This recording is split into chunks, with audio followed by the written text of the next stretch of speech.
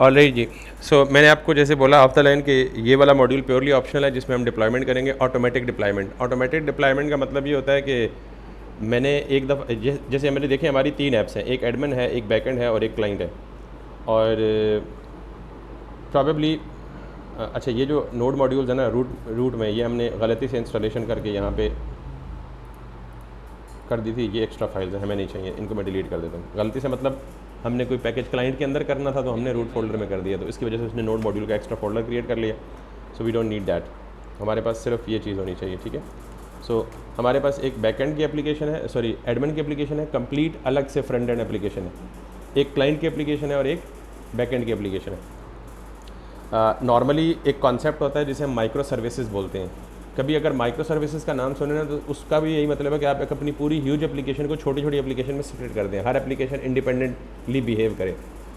तो जब आपके पास इस तरह से मल्टीपल इंडिपेंडेंट एप्लीकेशंस हों जो इकट्ठा काम करें, टाइटली इंटीग्रेटेड हों, तो उनको डिप्लॉय करने के लिए नॉर्मली मैनुअल डिप्लॉयमेंट नहीं की जाती। उसकी वजह यह है कि फिर आप मैनुअल डिप्लॉय करके जब भी कोई चेंज करते हैं तब भी आपको मसला आता है, जब कोई डिबग करना होता है, कोई चीज़ इशू फिक्स करना होता है, उसमें भी प्रॉब्लम आता है।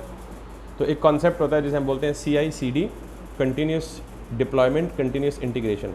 यानी आपने एक दफ़ा डिप्लॉयमेंट कर दी, कल कोई इशू आ गया, कोई बग फिक्स हो गई, बग फिक्स करने के बाद दोबारा आपने उस कोड को क्या करना है, जाके पुश करना है। तो ऐसा मैकेनिज्म होना चाहिए कि आप सिर्फ कोड को गिट पुश करें तो जितनी जगहों पे भी चेंज है वो ऑटोमेटिकली अपनी अपनी जगहों में पहुंच के रिफ्लेक्ट हो जाए, बिल्ड होकर दोबारा ऑटोमेटिकली खुद ही डिप्लॉय हो जाए, यानी दोबारा कभी आपको डिप्लॉयमेंट करने की ज़रूरत ना करना पड़े।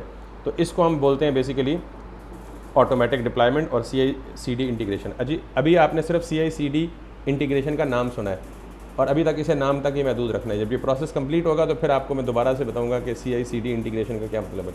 CI का मतलब कंटिन्यूस इंटीग्रेशन, CD का मतलब कंटिन्यूस डिप्लॉयमेंट।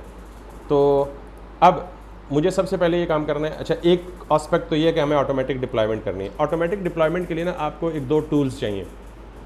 तो थोड़ी देर के लिए डिप्लॉयमेंट को साइड पे रखें और एक इशू सुने और फिर उस इशू का हल सुने। मैं इस वक्त ये सॉफ्टवेयर डेवलप कर रहा हूँ विंडोज़ के प्लेटफॉर्म पे, ठीक है।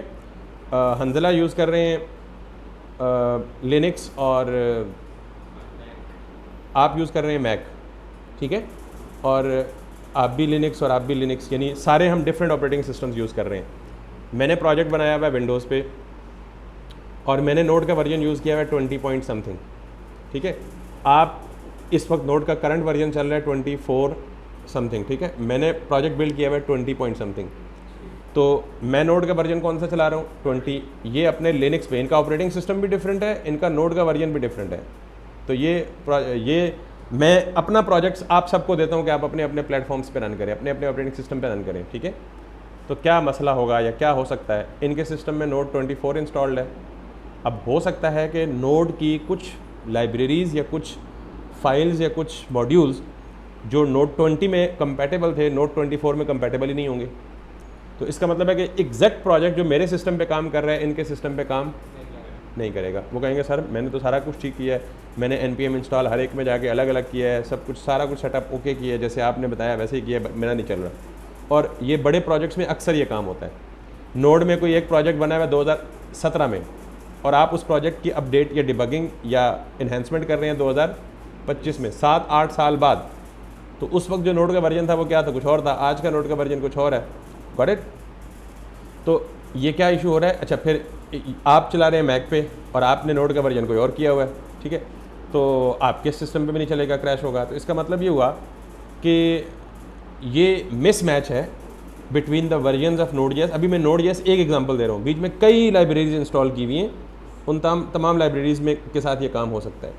तो इसका मतलब ये हुआ कि लोगों को ये प्रॉब्लम फेस आई। अच्छा, ये अक्सर होता है कि अगर लेट सपोज किसी बड़े सॉफ्टवेयर हाउस में एक टीम में 7 या 8 बंदे हैं जो एक ही प्रोजेक्ट पे काम कर रहे हैं, तो हर बंदे की अपनी प्रेफरेंस होती है। कोई कहता है यार मुझे मैक पसंद है, मुझे विंडो पसंद ही नहीं है, मैं तो मैक पे डेवलपमेंट करूँगा। कोई कहता है जी मैं तो लिनक्स पे डेवलपमेंट करूँगा, मुझे तो विंडो पसंद ही नहीं है। विंडो बेचारे हम जैसे गरीब लोग यूज़ कर रहे होते हैं, सीधी सी बात है। टेक्निकल लोग या हाईली प्रोफेशनल लोग विंडोज़ को कम इस्तेमाल करते हैं। ये नहीं कह रहा नहीं करते, बट कम इस्तेमाल करते।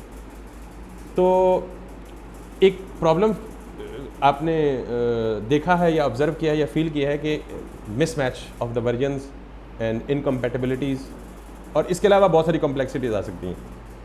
तो इन कॉम्प्लेक्सिटीज़ को अवॉइड करने के लिए लोगों को ये फील हुआ कि यार there must be a solution for that, और वो सोल्यूशन उन्होंने निकाला कि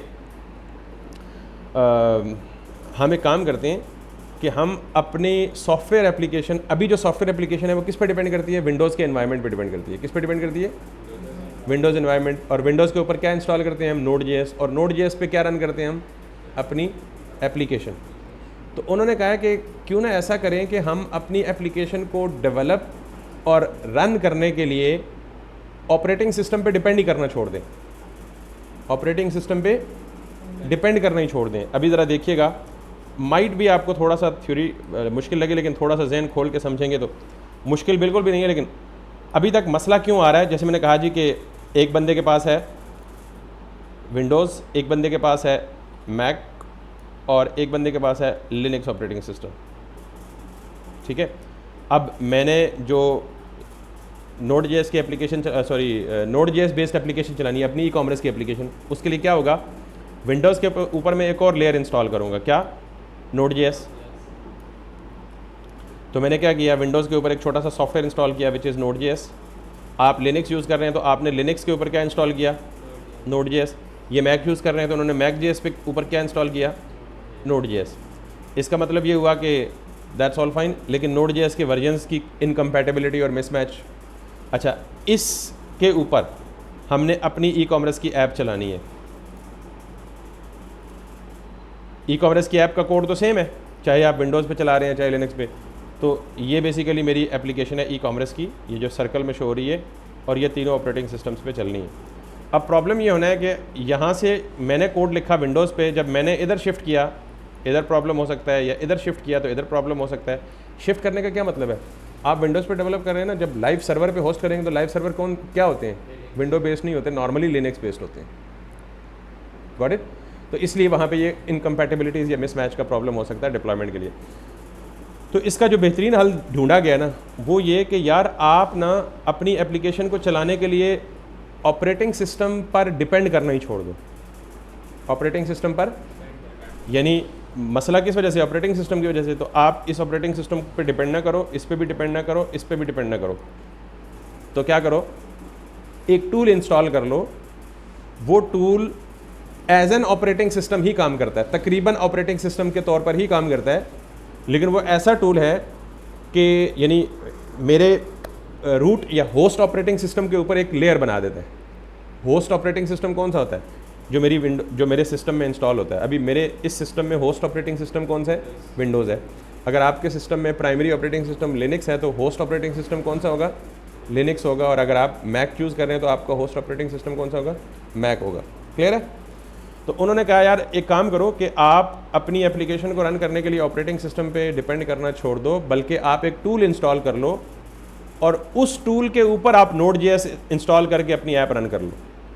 उस टूल का ये फ़ायदा है कि वो तमाम ऑपरेटिंग सिस्टम्स के साथ इक्वली कंपैटिबल है और पोर्टेबल भी है। ठीक है, उस टूल का नाम है, हम लेते हैं जी डॉकर। क्या लेते हैं? DOCKER। तो सबसे पहले हमने क्या करना है, अपने विंडोज़ मशीन पे, या जिसने लिनक्स यूज़ की है वो लिनक्स मशीन पे, या जो मैक यूज़ कर रहा है वो मैक की मशीन पे एक टूल इंस्टॉल करेगा। क्या? डॉकर। तो ये क्या करेगा? ये Node.js को भी या आपकी एप्लीकेशन को इंडिपेंडेंटली रन करने के लिए एक इन्वायरमेंट करेगा, एक इन्वायरमेंट प्रोवाइड करेगा। तो यूँ समझ लें, यूँ कह लें कि Docker.js या Docker.js नहीं, simply Docker is an independent environment where you actually package your entire application in a one single unit। यानी आपकी application, what does your application consist of? Your application code plus large number of dependencies plus Node.js। आपकी application किस किस चीज़ में मुश्तमिल होती है? आपका लिखा हुआ कोड एक, प्लस जो लार्ज नंबर ऑफ डिपेंडेंसीज आपने थर्ड पार्टी लाइब्रेरीज इंस्टॉल की हैं 2, प्लस Node.js का एनवायरनमेंट 3। इन तीनों चीज़ों को मिलाएं तो आपकी एप्लीकेशन बनती है। इन तीनों चीज़ों को बंडल अप करने के लिए एक सिंगल यूनिट में एक सिंगल यूनिट में यूँ कह लें कि रैप करने के लिए जो टूल इस्तेमाल होता है वो क्या इस्तेमाल होता है? डॉकर। अब मैंने क्या कहा है कि आपकी सारी की सारी एप्लीकेशन बतौर सिंगल यूनिट, सारी एप्लीकेशन और उस एप्लीकेशन को चलाने के लिए जितनी डिपेंडेंसीज चाहिए होंगी वो सारी की सारी एक पैकेज में आपको मिल जाएंगी। तो अब क्या होगा, अगर वो सारी की सारी चीज़ें एक ही में हैं, तो अगर मैं आपको एक डॉकर दे दूं और उस चीज़ को डॉकर कंटेनर बोलते हैं, यानी पूरी की पूरी पैकेज को क्या बोलते हैं। अब अगर मैं ये कंटेनर बना लूँ, वो कंटेनर मैं आपको दे दूँ, वो जिस मर्जी ऑपरेटिंग सिस्टम पे जाके चलाएं, आपको कोई प्रॉब्लम नहीं आएगा, कोई डिपेंडेंसी इश्यूज़ कॉन्फ्लिक्ट्स नहीं आएंगे, कुछ भी नहीं आएगा।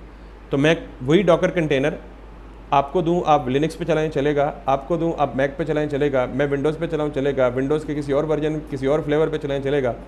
तो ये एक मोस्ट कॉम्प्रिहेंसिव, कंपैटिबल और पोर्टेबल सोल्यूशन बन जाएगा। क्लियर? कहानियाँ बहुत हो गई हैं। डॉकर और डॉकर कंटेनर क्या होता है? सिंपली डॉकर का मतलब ये समझे, मैं आपको अभी क्लियरली यहाँ से बता भी देता हूँ कि व्हाट इज़ डॉकर।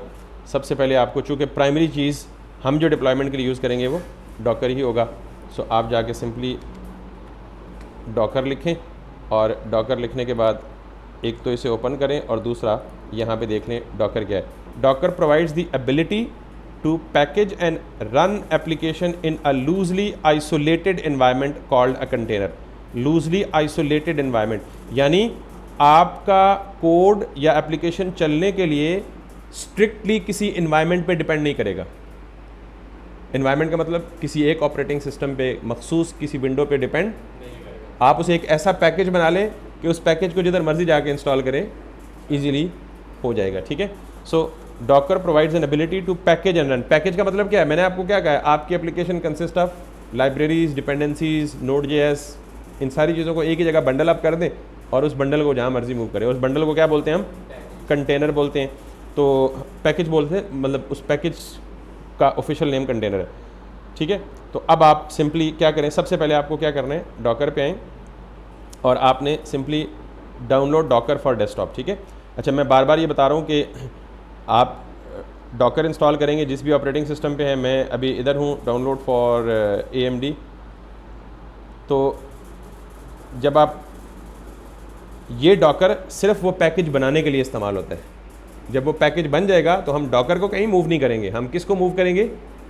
उस पैकेज को मूव करेंगे जो पैकेज हम इसके ज़रिए बनाएंगे। दूसरे अल्फाज में यूँ भी कह लें कि ये जो डॉकर फॉर डेस्कटॉप है ना, it would act like an operating system now onwards. अभी तक हम Node.js की एप्लीकेशन कहाँ रन कर रहे थे? विंडोज़ पे। अब हम Node.js की एप्लीकेशन कहाँ रन करेंगे? डॉकर में। क्लियर? यानी ये बीच में एक नई लेयर डाल दी है मैंने डॉकर की। और क्यों डाली है, आधी बातें मैं बता चुका हूँ, लेकिन मुझे उम्मीद है कि ये बातें जो मैंने बताई हैं वो आपको क्लियरली समझ नहीं आएंगी जब तक आप इसे अभी प्रैक्टिकल थोड़ी देर में देखेंगे नहीं। लेकिन वो थ्योरी इंट्रोडक्शन ज़रूरी था। दैट्स व्हाई आई थॉट कि I should tell you something about it. तो let's get it downloaded fully. जब ये डाउनलोड हो जाएगा तो आपको इस तरह का कंटेनर नज़र आएगा, एक बड़ी सी वेल मछली और उस मेल मछली के ऊपर बहुत सारे कंटेनर रखे हुए हैं। तो इस पर डबल क्लिक करें। जैसे कोई भी सॉफ्टवेयर इंस्टॉल करते हैं, just go and install this. Currently another program is currently using this file, maybe something is wrong। क्या अभी ये डाउनलोड नहीं हुआ या क्या हुआ? सो मैं इसको बंद कर देता हूँ। कौन सा प्रोग्राम यूज़ कर रहा है भाई? कुछ भी नहीं यूज़ कर रहा। मे बी उसकी डाउनलोडिंग कंप्लीट नहीं हुई थी। ठीक है, लेट मी रन दिस।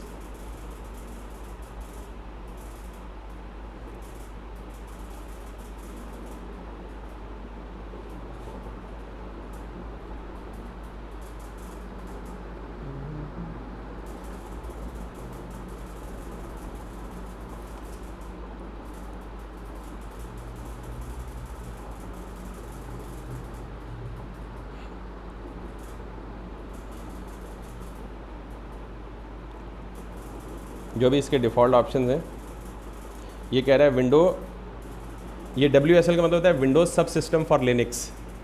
ठीक है। तो आप ये कह रहा है रिकमेंडेड है allow Windows container to be, इनको बस जो उसने डिफ़ॉल्ट ऑप्शन सेलेक्ट किए हुए आप उसी के साथ इसे गो अहेड करें and it will take couple of minutes depending upon your internet speed as well as system speed. So let it installed.